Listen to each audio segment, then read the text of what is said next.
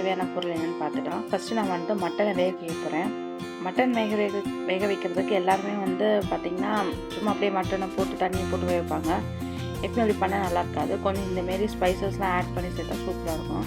எப்போயுமே நான் மட்டன் பிரியாணி பண்ணணுன்னா இந்தமாரி ஃபஸ்ட்டு மட்டனை வேக வச்சுட்டு அதுக்கப்புறம் தான் நான் பிரியாணி பண்ணவே ஆரம்பிப்பேன்.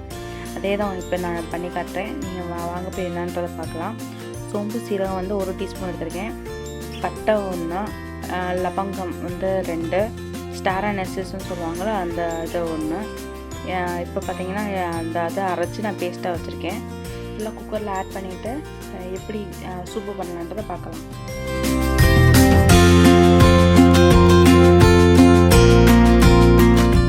ஃபஸ்ட்டு மட்டன் பிரியாணி பண்ணுறதுக்கு மட்டனை வேக வச்சுக்கிறேன். ஒரு குக்கரில் வந்து ஹீட் பண்ணியிருக்கேன். அந்த குக்கரில் வந்து 50 ml எண்ணெய் ஆட் பண்ணிக்கிறேன். எண்ணெய் வந்து ஹீட் ஆகிடுச்சு. இப்போ நான் வந்து கட் பண்ணி வச்சுக்க ஆனியன், ஹாஃப் பெரிய வெங்காயம் அதை ஆட் பண்ணிக்கிறேன். ஆட் பண்ணிட்டு அதை ஒரு 3 நிமிஷத்துக்கு நல்லா ஃப்ரை பண்ணுறேன். நல்லா கொஞ்சம் வதங்கினோடனே நம்ம அரைச்சி வச்சுருக்க பேஸ்ட்டையும் ஆட் பண்ணணும். அதை ஆட் பண்ணிவிட்டு அதை ஒரு 2 நிமிஷத்துக்கு நல்லா வதக்கணும்.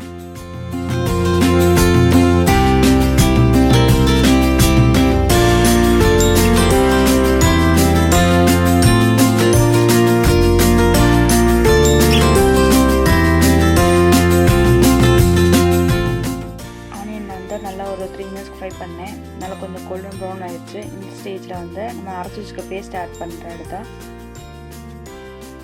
இந்த பேஸ்ட் வந்து நல்லா ஒரு 3 நிமிஷத்துக்கு நல்லா ஃப்ரை பண்ணணும்.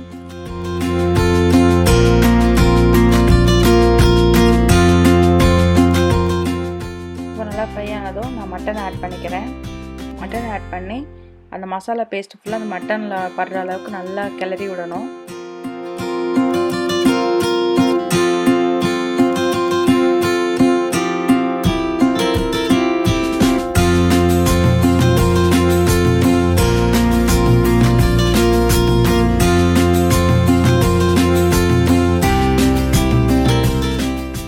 பார்த்தீங்கன்னா மட்டன் வந்து நல்லா மசாலோட மிக்ஸ் ஆகிடுச்சு. இது அப்படியே நான் ஒரு 5 மினிட்ஸ்க்கு நல்லா வேக வைக்க போகிறேன். மட்டன் இப்போ நல்லா குக் ஆகிடுச்சு. பார்த்தாலே தெரிஞ்சு கலர்ஃபுல்லாக மாறி இருக்கு. நான் 5 நிமிஷம் வேக வச்சதில் மட்டன் வந்து சைஸ் ஃபுல்லாக சுருங்கியிருக்கு. இந்த டயத்தில் வந்து நான் 2 டீஸ்பூன் உப்பு ஆட் பண்ணிக்கிறேன். ஆட் பண்ணிட்டு கொஞ்சம் நல்லா 2 செகண்ட் வதக்கிட்டு தண்ணி ஆட் பண்ணணும். எடுத்து இப்போ வந்து தண்ணி ஆட் பண்ண போகிறேன். தண்ணி எப்பயுமே ஃபுல்லாக ஆட் பண்ணாதீங்க. அந்த மட்டன் முங்குற அளவுக்கு தண்ணி ஆட் பண்ணால் போதும். நான் இப்போ வந்து ஒரு 1.5 கப் தண்ணி தான் ஆட் பண்ணுறேன். மட்டன் வந்து லைட்டாக முங்குற அளவுக்கு நான் ஆட் பண்ணியிருக்கேன்.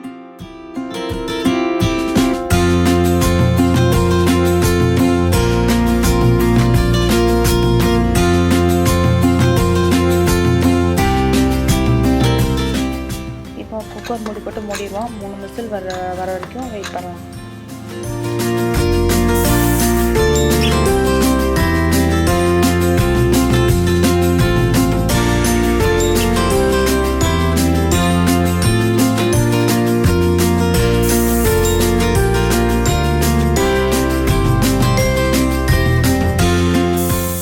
அடுத்து பிரியாணி செய்கிறதுக்கு தேவையான பொருள் என்னன்றதை பார்க்கலாம். இஞ்சி பூண்டு விழுது வந்து 4 டேபிள் ஸ்பூன், பெரிய வெங்காயம் வந்து 2, உப்பு வந்து 2 டீஸ்பூன், தக்காளி வந்து 4, பச்சை மிளகாய் 4, கொத்தமல்லி புதினா வந்து 1 கைப்பிடி அளவு எடுத்துருக்கேன். மிளகாய் தூள் வந்து 3 table spoon, homemade biryani masala வந்து 3 டேபிள் ஸ்பூன், மஞ்சத்தூள் வந்து 1/4 டீஸ்பூன், உப்பு 1 டீஸ்பூன், பிரிஞ்சி இலை 1, கல்பாசி 1 டீஸ்பூன்.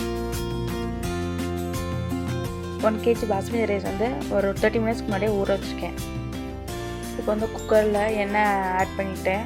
இப்போ ஹீட் ஆகிடுச்சு. ஹீட் ஆனேன் அந்த பிரிஞ்சி இலை, சோம்பு, அப்புறம் கல்பாசி இதெல்லாம் ஆட் பண்ணிடுவேன். நான் சமைக்கிறதுல கரெக்டாக இருக்கா இல்லைன்னு பார்க்குறதுக்கு ஒருத்தர் பக்கத்தில் வந்து உட்காந்துருக்காரு.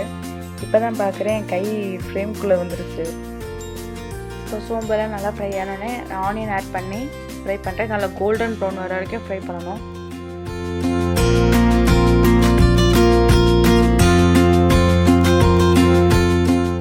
இப்போ நல்லா கோல்டன் ப்ரௌன் ஆயிடுச்சு. டொமேட்டோ ஆட் பண்ணிட்டேன். எடுத்து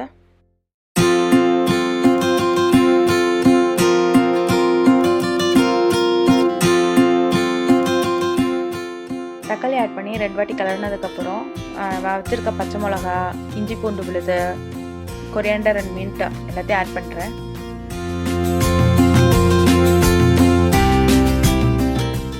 இப்போ 1/4 டேபிள் ஸ்பூன் மஞ்சள் தூள் ஆட் பண்ணிக்கிறேன். 2 டேபிள் ஸ்பூன் உப்பு ஆட் பண்ணிக்கிறேன். அடுத்து மிளகாய் தூள் வச்சுன்னா அதை ஆட் பண்ணிக்கிறேன். எல்லாத்தையும் நல்லா ஒரு வாட்டி கலரிட்டு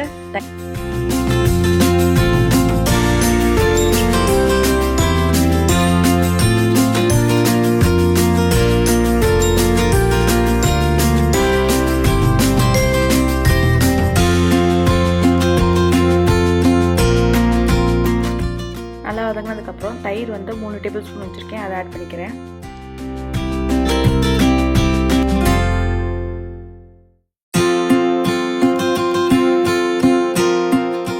தயிர் போட்டு 2 வாட்டி கலர்னதுக்கப்புறம் பிரியாணி மசாலா ஆட் பண்ணிக்கிறேன். அது ஒரு 3 டேபிள் ஸ்பூன் வச்சுருக்கேன், அதை ஆட் பண்ணிக்கிறேன்.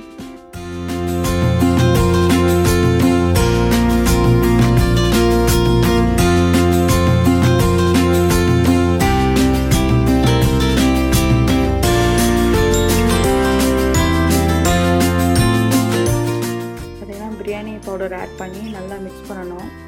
நல்லா இது வந்து நல்லா ஒரு ப்ரௌன் கலர் வர்ற வரைக்கும் நம்ம வந்து ஃப்ரை பண்ணிக்கிட்டே இருக்கணும்.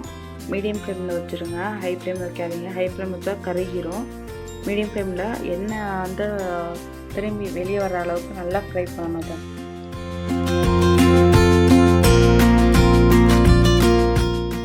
அதை 10 நிமிஷத்துக்கு நல்லா வதங்க விட்டுட்டேன். இப்போ பார்த்திங்கன்னா எண்ணெயெல்லாம் அப்படியே திரிஞ்சு வந்திருக்கு. நம்ம போட்ட வெங்காயம் தக்காளி எதுவுமே தெரியாது, பார்த்தாலே தெரியும். இப்போ நான் எடுத்து காட்டுறேன் பாருங்கள். இன்னும் மசாலா வந்து ப்ரௌன் கலர் வர்ற வரைக்கும் நல்லா நான் வதக்கணும். அது குறைஞ்சது ஒரு 15 மினிட்ஸ் எடுக்கும் மசாலா வதங்குறதுக்கு.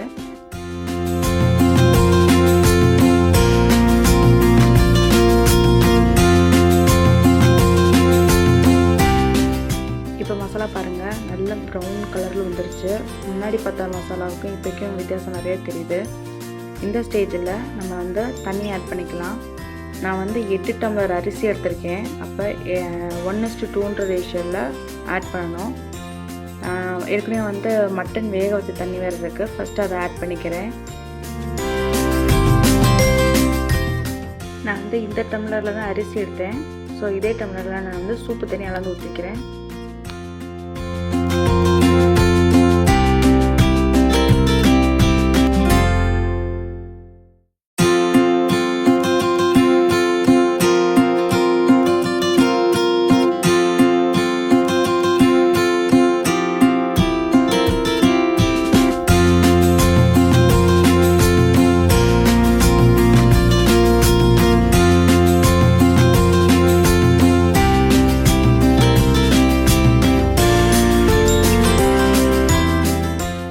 மட்டன் வேக வச்ச தண்ணி வந்து 5 டம்ளர் வந்திருக்கு. அது போக நான் எக்ஸ்ட்ரா வாட்டர் ஆட் பண்ணிக்கிறேன்.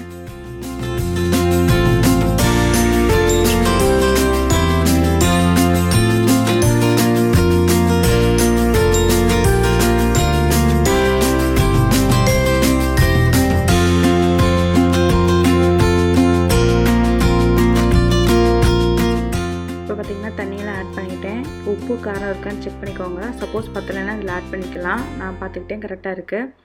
இப்போ வந்து இந்த தண்ணியை வந்து நல்லா கொதிக்க வைக்க போகிறோம். நல்லா கொதிச்சதுக்கப்புறம் நம்ம அரிசி ஆட் பண்ணலாம். அது அப்புறம் பார்ப்போம். இப்போ நல்லா கொதிக்க வைக்கணும். இப்போ பார்த்திங்கன்னா தண்ணி நல்லா கொதிக்குது. 10 நிமிஷம் ஆச்சு. இப்போ நான் வந்து அரிசி ஆட் பண்ணிக்கிறேன். அரிசி வந்து தண்ணி இல்லாமல் ஆட் பண்ணுங்க.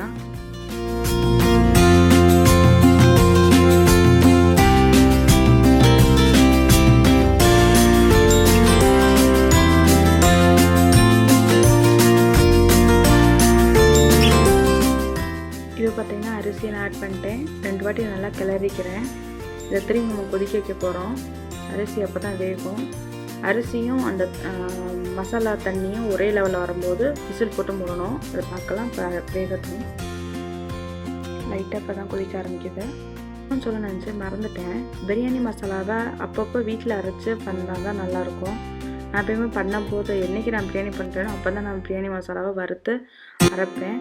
அப்போ தான் அந்த டேஸ்ட் நல்லாயிருக்கும். நம்ம ஸ்டாக் வச்சுருந்தோம்னா ஏற்கனவே செஞ்சு வச்சதான் நல்லா இருக்காது.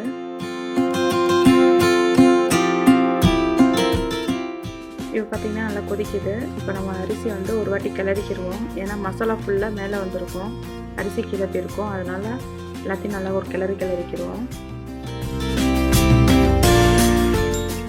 இப்போ பார்த்திங்கன்னா தண்ணி ஃபுல்லாக வற்றி அரிசி மேலே தெரிய ஆரம்பிச்சிருச்சு. இந்த ஸ்டேஜில் நம்ம வேக வச்ச மட்டனை ஃபுல்லாக மேலே ஆட் பண்ணிக்கலாம். ஏன்னா இப்போ தான் ஆட் பண்ணணும். ஸ்டார்டிங்லேயே உள்ளே போட்டோம்னா அடியில் போயிடும். ஏன்னா மேலாப்பில் போட்டோம்னா அப்படியே குழஞ்சி வராமல் கரெக்டாக இருக்கும். போட்டுட்டு ஒரு வாட்டி கிளறிக்கிடுவோம்.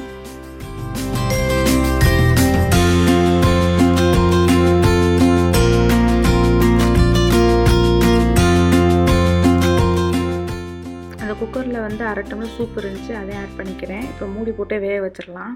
25 நிமிஷத்துக்கு மீடியம் ஃப்ளேமில் தம் வைக்கிறேன்.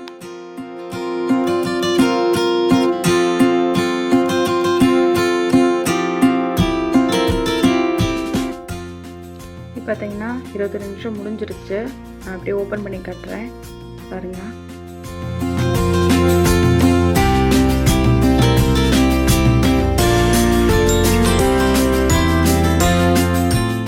என்னங்க போட்ட மட்டன் பீசஸ்லாம் காணாமல் போச்சு. சரி ஓகே, வேறு பாத்திரத்தில் மாற்றி அதை மட்டன் பீசஸ் எடுத்துடுவோம்.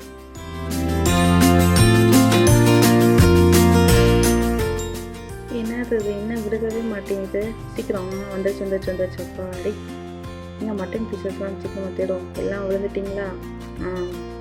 சரி, இப்போ நான் போய் மட்டன் பீசஸ் தேடுறேன். ஃபஸ்ட்டு குக்கர் அங்கே தள்ளி வச்சிட்றேன். இது இன்னும் கொஞ்சம் நேரம் ஆடினா தான் என்னால் மட்டன் பீசஸை தேட முடியும். அதனால் கொஞ்சம் நேரம் ஆற விட்டுருவோம்.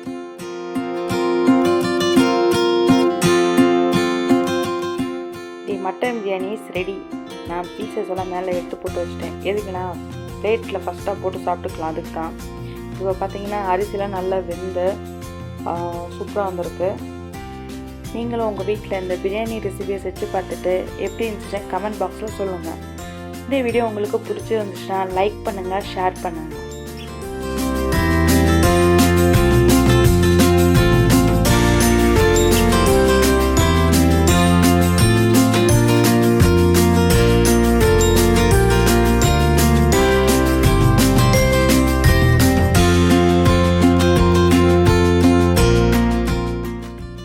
ரெசிபி உங்கள் வீட்டில் செஞ்சு பார்த்துட்டு எனக்கு எப்படி இருந்துச்சுன்னு கமெண்ட் பாக்ஸில் சொல்லுங்கள்.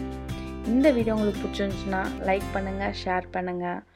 மறக்காமல் இந்த சேனலுக்கு சப்ஸ்கிரைப் பண்ணுங்கள். பக்கத்தில் இருக்க பெல் பட்டனை கிளிக் பண்ணுங்கள்.